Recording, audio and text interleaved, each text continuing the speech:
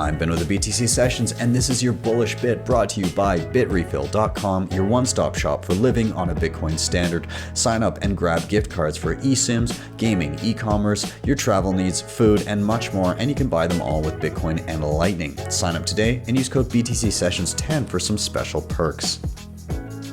So at my nonprofit, we have this project we're working on called From Bars to Bitcoin. A bit about my story I told Ben in Oslo was I learned about Bitcoin coming out of prison and from a friend by the name of Bitcoin Zay in 2016. And I've been educating people online. I've gone from teaching people how to set up a wallet locally.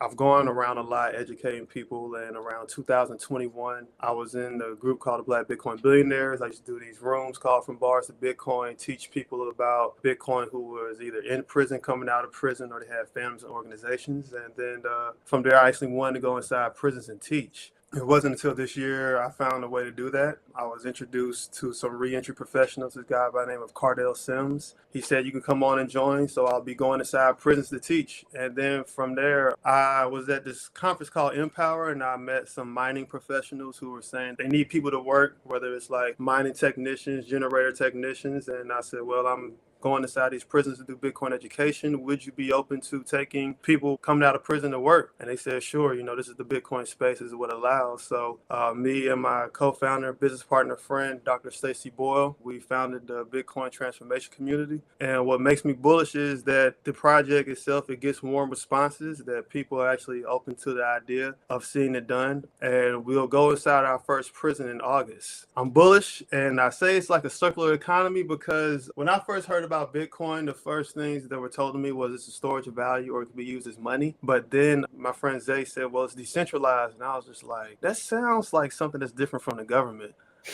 He told me, what decentralization was. And the reason it clicked so much, because in prison, you have like an ID card, and on the back of it, you can use it like to swipe, to buy things if you have a job or your family sends you money. And if you don't, then no one's sending you money. Then you have to do hustling on the yard. So you have stamps, like postage stamps. And we would, use stamps as currency, like to buy them out the store, so to speak, would be 40 cents on the yard. We sold them for 30 cents, so we could buy tobacco with it, we could buy a canteen with it, we could pay people with it, we could gamble with it. And so I was just thinking like, well, damn, that makes a lot, like Bitcoin started making sense from that angle.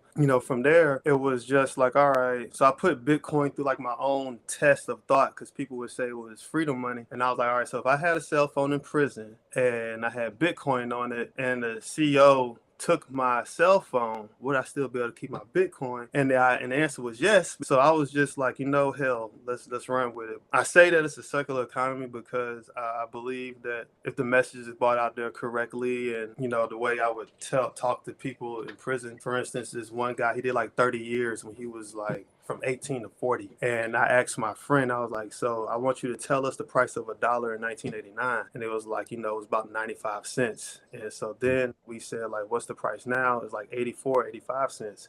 So I made a correlation, the fact that most people go to prison out of our community behind money. Either you don't have it, you're selling drugs, you're doing something because you don't have money, but you go to prison behind the money that loses value the longer you sit in prison. So making that connection and then showing how you could use this as a currency to do the same things you kind of did in prison or do different things out in the world is why I'm bullish on Bitcoin.